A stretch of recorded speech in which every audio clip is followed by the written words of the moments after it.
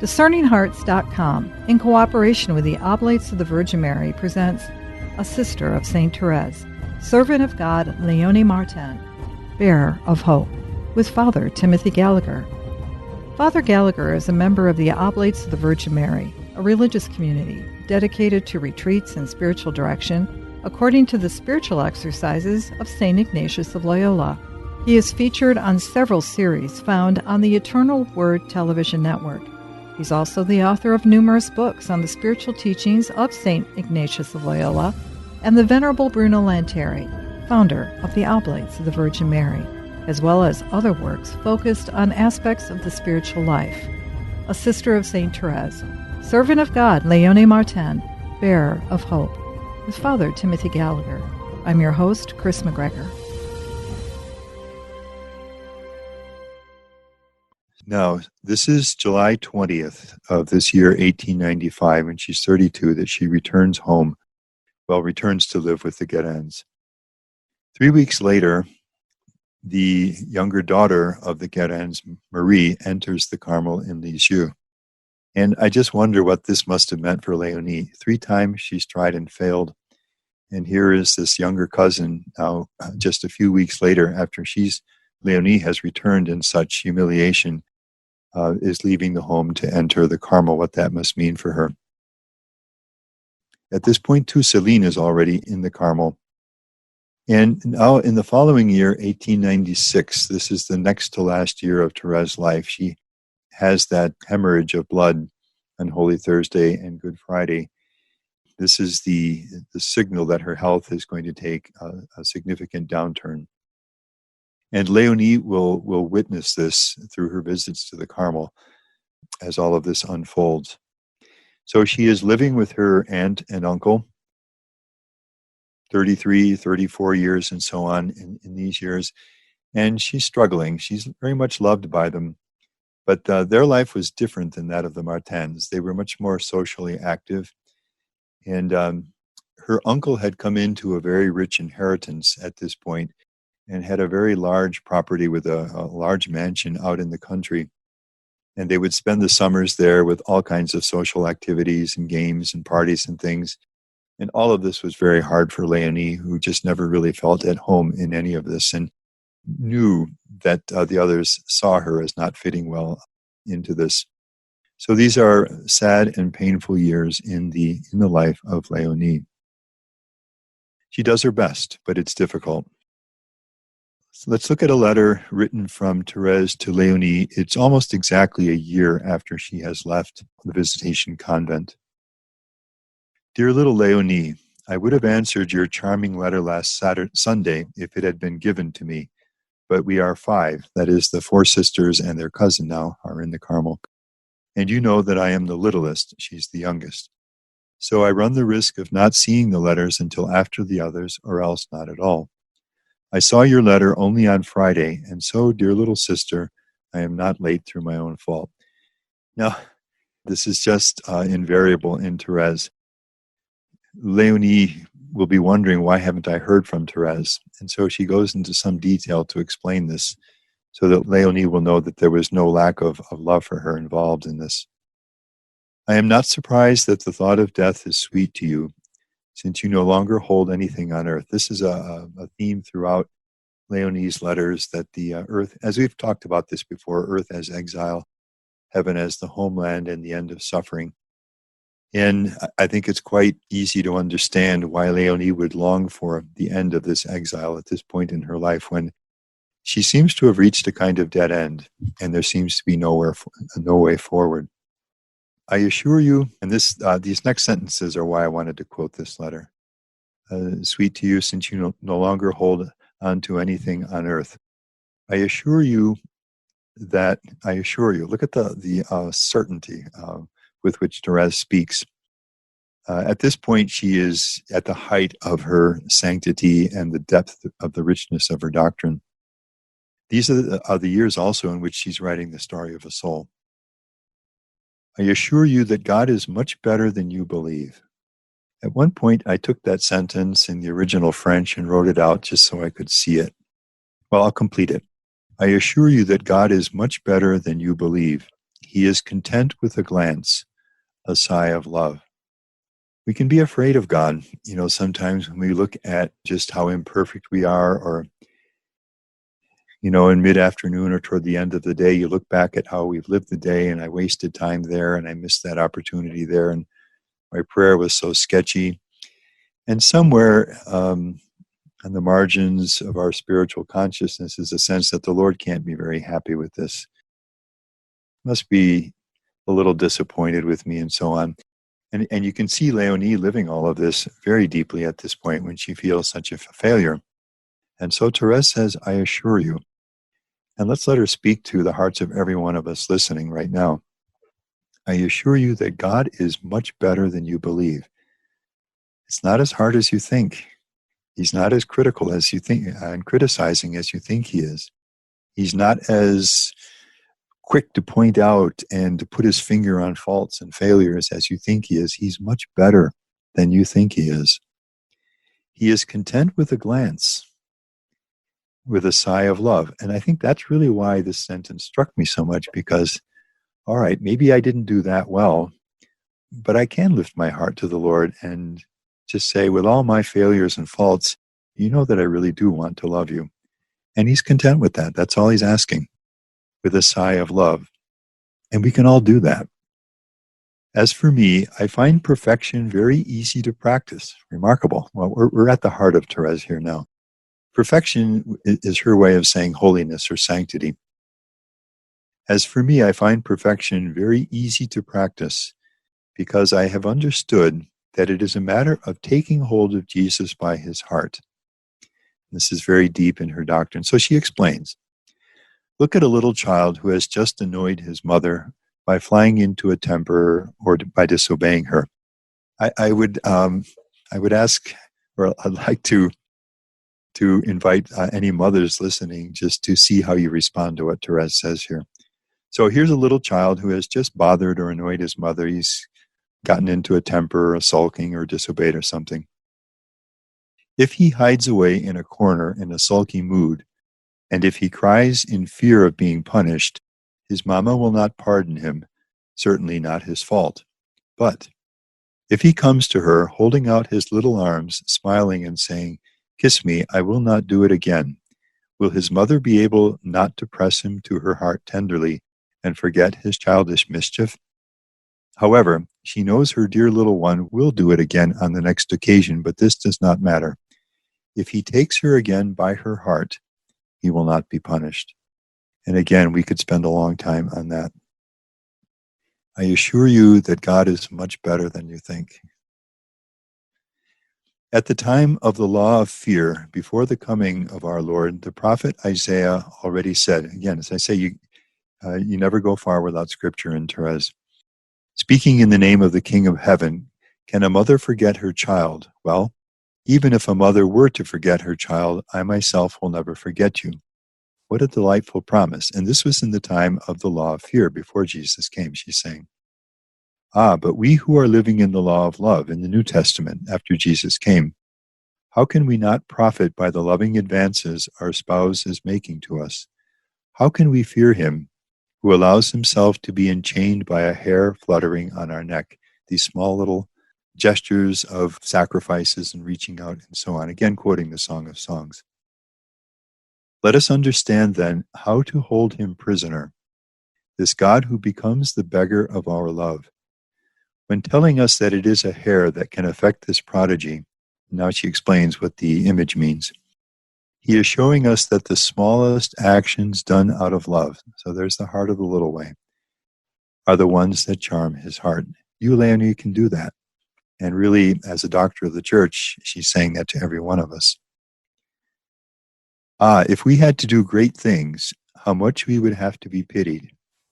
But how fortunate we are, since Jesus allows himself to be enchained by the smallest things, which opens up sanctity to every one of us. It is not little sacrifices you lack, dear Léonie. Is not your life made up of them? And this is why she's saying it to her. There's this sadness in Léonie's life. There's so many things that she's asked to participate in or do in a day that she really doesn't want to do and are difficult for her. So you have so many opportunities to offer these kinds of little sacrifices to the Lord. I take delight at seeing you before such a treasure. These are Thérèse's reversals, as I call them. So here is Léonie burdened by the sadness of living in a situation that she really doesn't want to live in, and which is hard. And Thérèse turns it around and says, how blessed you are to be in a situation which allows you to offer these things for the Lord, and so to win his heart. I take delight at seeing you before such a treasure, and especially when thinking you know how to profit from it, not only for yourself, but for souls. That apostolic purpose, evangelizing, bringing others to Jesus, is always very much at the heart of this whole little way. Why do we do these things? Because through them, we help Jesus. We are associated with Jesus in his work of redemption and bringing his grace to others and changing lives. To help him save souls that he bought at the price of his blood, and that are awaiting only our help in order not to fall into the abyss. It seems to me that if our sacrifices are the hairs which captivate Jesus, our joys are also. So it's not just the sad things, it's the happy things too. For this, it suffices not to center in on a selfish happiness, but to offer our spouse the little joys he is sowing on the path of life to charm our souls and to raise them to himself. And then she goes on with some more immediate family matters. And then I'll read one more letter of Thérèse to Léonie, and this is the last letter that she wrote to Léonie. Léonie, of course, kept it with the others, and she'll quote this letter later on in some of her own letters. This was precious to her. It was like Thérèse's final testament, almost, in a way, to her. This was not the last communication of Thérèse to Léonie, because although it was the last time she was able to write to her, so this is July 17th. She died September 30th. But she had that extremely painful month of August, and writing was just very difficult for her in those final weeks. But let me read this. The editor includes this. This is actually Léonie herself writing to Céline a number of years later. You know that a few days before her holy death, Thérèse had written to me by means of our dear sister Marie of the Sacred Heart, that if I wanted to live by love and humility, she would come to get me. That's a quote. And I am begging her to help me and not to forget her promise. So this was not the final communication of Thérèse to Léonie, but it's the last letter. Dear Léonie, I am very happy to be able to speak with you again. A few days ago, I was thinking I no longer had this consolation on earth. She thought that her death was already imminent. But God seemed willing to prolong my exile. There's always that theme. I exile a little. I am not disturbed by it, for I would not want to enter heaven 1 minute earlier by my own will. The only happiness on earth is to apply oneself in always finding delightful the lot Jesus is giving us. And that will mean an awful lot for Léonie as the years unfold. The only happiness on earth is to do what Jesus wants us to do. The only happiness on earth is to apply oneself and so to make the best effort we can in always finding delightful the lot Jesus is giving us. And then to Léonie, your lot is so beautiful, dear little sister.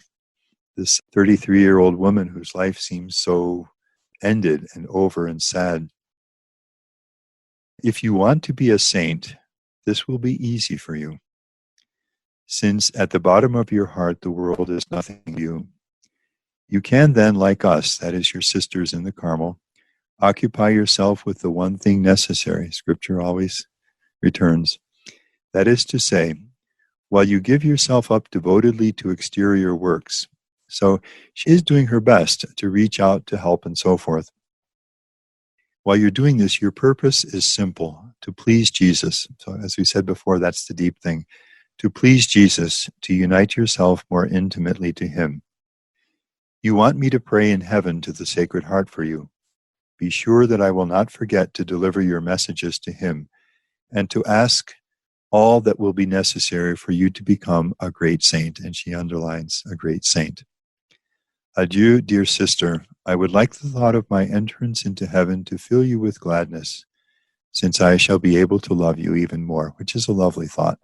The final thing that she says to her sister, don't be sad at my death, because from heaven I'll be able to love you even more than I've ever loved you before, which again is speaking right to the need in Léonie's heart.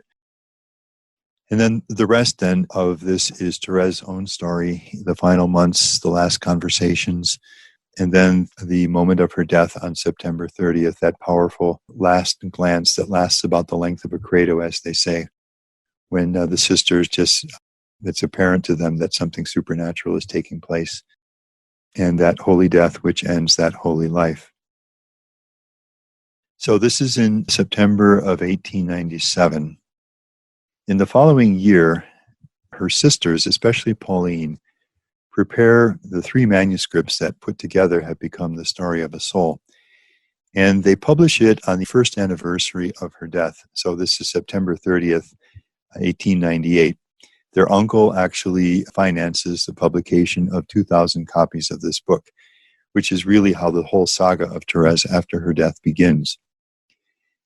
Léonie reads this, and it's a bombshell for her. It's another turning point in her life. She learns, of course, she was never there in the Carmel with the other sisters, like her other sisters, to see Thérèse go through the years of the Carmel. And Thérèse shares a number of things about her earlier life, too, which Léonie had never known. So she devours this book. It becomes, as it so to speak, her bedside reading. She reads it over and over and over again. And it is fundamental in her absorption of Thérèse's little way, opening up to her the path that will be hers for the rest of her life. A few more months go by after this, and it becomes apparent that to everyone that Léonie wants to make a further effort to enter religious life. And she is in communication with the monastery of the Visitation sisters in Caen. And something has happened since she left. The harsh regime has been replaced now by the people in charge now have a much more, I would say, Salesian, that is based on Francis de Sales' own gentleness and goodness, approach to formation and to their religious life. And in fact, a number of those who were Léonie's companions, as I mentioned, all of them had to leave the novitiate at that time. A number of them are beginning to return with a hope that they can now live in the religious life in the new way things are being done. And Léonie is aware of this, and this unshakable desire in her that was there from very early on, as we've seen, to become a religious awakens to a new hope again. She determines that she's going to make a further effort to enter religious life. And in fact, she does this the following January. So this is, it's about 4 months after the story of the soul is published, and she reads it. And that leads us into I guess I'd call it the third phase in Léonie's life. The first phase we saw through the eyes of a saint, Céline. The second phase, in some sense, we've seen through the lives of a second saint, and that is Thérèse. The third phase, we will again see through the lives, I'll say, of a third saint, although I don't want to anticipate the church on this, so I'll put that between quotation marks, but certainly one whose cause of canonization is underway, and that is Léonie herself, now the servant of God, Léonie. So we will see this primarily through her own letters at this point. I just want to say on behalf of the audience, I think, and our listeners, good for her, going back and giving it another try. I know that there's more to the story, but especially since there was that change, and then there was communication amongst those who returned and her potentially. But yeah, I mean, how often do we just give up? Begin again. Begin again. Begin again. Yes, we said from the start, we quoted a letter both of her aunt, Sister Marie d'Aucité, and then similar words in a letter from Zélie, where they mentioned that this little one has a will of iron. When she sets her goals on something, no obstacle is too much for her. She will brush aside every obstacle until she gets her goal. And you see it here. Léonie, if she is a figure of inspiration in many other ways, one of the ways also in which she is an inspiration is that she is the figure of perseverance. She is the one who will not let herself be defeated, who suffers her defeats and humiliations, and the tears are there and the sadness, but who never gives up. And this is one of the powerful lessons in her life. So yes, I'm so glad that you highlight that there. That's one of the, I doubt that many of us will ever face as many obstacles as she did. And she never gave up. In some ways, I may be guilty of being melodramatic, I suppose, maybe because I've just fallen in love with her over the course of our conversations about her life. But she's experiencing the way of the cross. She falls and she encounters her mother. And then she falls and she encounters, her Veronica, who is her sister. And she gets up again and she just keeps moving. And as with all saints and with all of us, it leads to our Calvary. We all will carry whatever we need to carry in this lifetime to that point where we end up having that moment. And when you use the word perseverance, so many of us, when we pray the rosary and that fifth mystery, pray for the virtue of perseverance, the grace of final perseverance. Good for her. Yes, I'm so glad you highlight that for us. And what that points out is that we are never defeated in the spiritual life. As you said before, sometimes God may close one door, but it's because he has another door open for us elsewhere that we may not yet see. So when the door to the Poor Clares is closed, it's because God has something else in store. But that's very different from feeling defeated. It's over. I can't hope anymore in the spiritual life. And Léonie's life is a powerful witness to that. So since we've raised this, I would say that if any of us listening have any of that feeling anywhere in our relationship with God or living of our vocation, that I can't hope for as much anymore, or I'm defeated and that's sadly just where it's going to stay, then let Léonie's example speak to that. Because if ever anyone could have, I would say in human terms, reasonably said, I am defeated. I tried once, I tried twice, I tried 3 times. It never worked out. Léonie, of course, would have had every reason to say that, and she never did.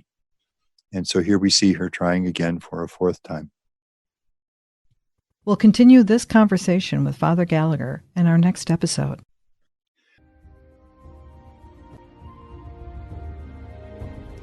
You've been listening to A Sister of St. Thérèse, Servant of God, Léonie Martin, Bearer of Hope, with Father Timothy Gallagher. To hear and or to download this episode, along with hundreds of other spiritual formation programs, visit discerninghearts.com, or you can find it on the Discerning Hearts free app. This has been a production of Discerning Hearts in cooperation with the Oblates of the Virgin Mary. We hope that if this has been helpful for you, that you will first pray for our mission, and if you feel us worthy, consider a charitable donation, which is fully tax deductible, to help support our efforts. But most of all, we hope that you will tell a friend about discerninghearts.com and join us next time for A Sister of St. Thérèse, Servant of God, Léonie Martin, Bearer of Hope, with Father Timothy Gallagher.